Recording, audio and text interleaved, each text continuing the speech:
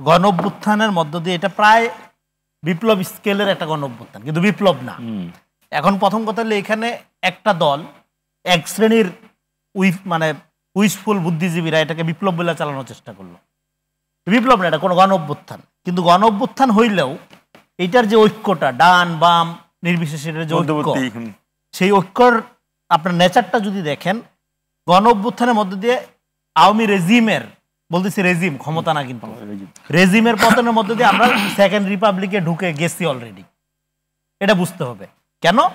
আপনি এখন একটা এক্সট্রা কনস্টিটিউশনাল টাইমের মধ্যে আছেন। আমরা এই সংবিধানের আলোকে শপথ নিচ্ছি সত্য, কিন্তু আমরা এই সাংবিধানিক ব্যবস্থার বাইরে একটা রাষ্ট্র কাঠামোর দিকে যাইতে চাই। ফলে অভ্যুত্থানের মধ্য দিয়ে আপনি সেকেন্ড রিপাবলিকে ঢুকে গেছেন।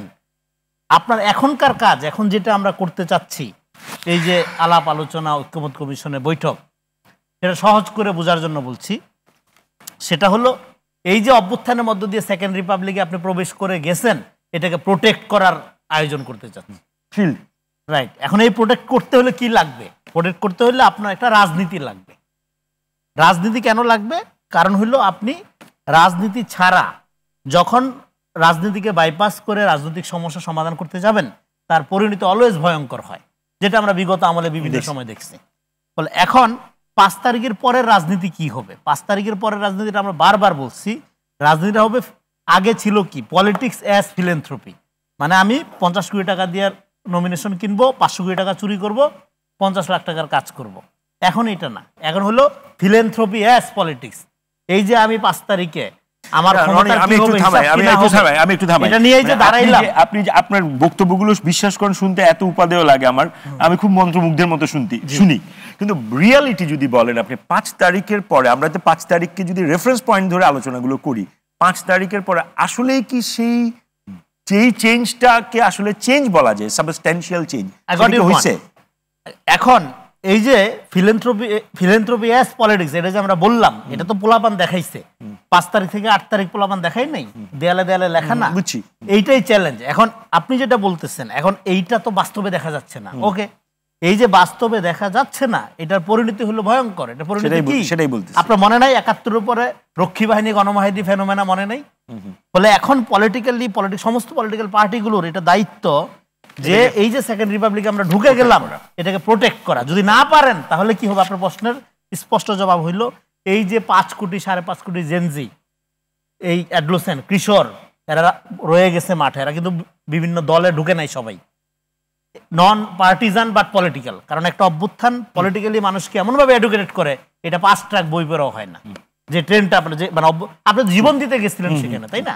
ফলে পলিটিক্যালি এই যে ম্যাচুরিটি এই জেনারেশনের মধ্যে তৈরি হইলো, এরা যখন দেখবে আমরা কি চাই না, কোন ধরনের ব্যবস্থা চাই না, কোন ধরনের রাজনীতি চাই না, এইটা রায় আমরা দিয়ে দিলাম, কিন্তু পরে তোমরা আবার ওইদিকে ফেরত গেলা, তখন যে পলিটিক্যাল এংজাইটিটা তৈরি হবে, সেইটাকে আমি ভয় পাই। সেটা আরো ডেভাস্টেটিং ফেনোমেনা তৈরি করবে।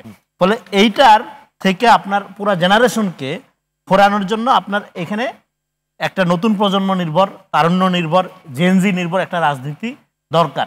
সেই রাজনীতির ক্ষেত্রে অবশ্যই বড় রাজনৈতিক দলগুলোকে, বড় ছোট মিলায় নির্বিশেষে আমাদের রাজনৈতিক দলগুলোকে এটা লিড দিতে পারতে হবে। এখন নাগরিক আকারে বা ধরেন এখানে যারা মিডিয়া বা অন্যান্য যারা বাইরের যারা ভূমিকা পালন করে, তাদের প্রত্যেকের দায়িত্ব হলো রাজনৈতিক দলগুলোকে এইটা এনশিওর করতে বাধ্য করা যে দেখেন, আপনারা কোনো কমিশন, কোনো সরকার কারো কাছে দায়বদ্ধ না, আপনারা দায়বদ্ধ সোললি পিপলের কাছে, জনগণের কাছে। এবং আপনাদের এই সরকার ক্ষমতায় আছে আর আপনারা ক্ষমতার বাইরে আছেন, ব্যাপারটা এরকম না। এই সরকার দায়িত্বে আছে আর ক্ষমতায় আপনারা আছেন। মানে হলো অভ্যুত্থানের শক্তি তো এই রাজনৈতিক দলগুলো শক্তি না, শুধু অভ্যুত্থানের ফ্রন্টলাইন ফাইটার যারা, ধরেন আপনার অভ্যুত্থানের মধ্যে ঘটনাগুলো কি ঘটছে, এটা নেতৃত্ব যেমনিই হোক, এখানে কিন্তু ফাইট ব্যাক করতে হয়েছে একটা পর্যায়ে। আওয়ামী লীগ কিন্তু এমনিই পালায় নেই, আওয়ামী লীগ তো টানা মারছে।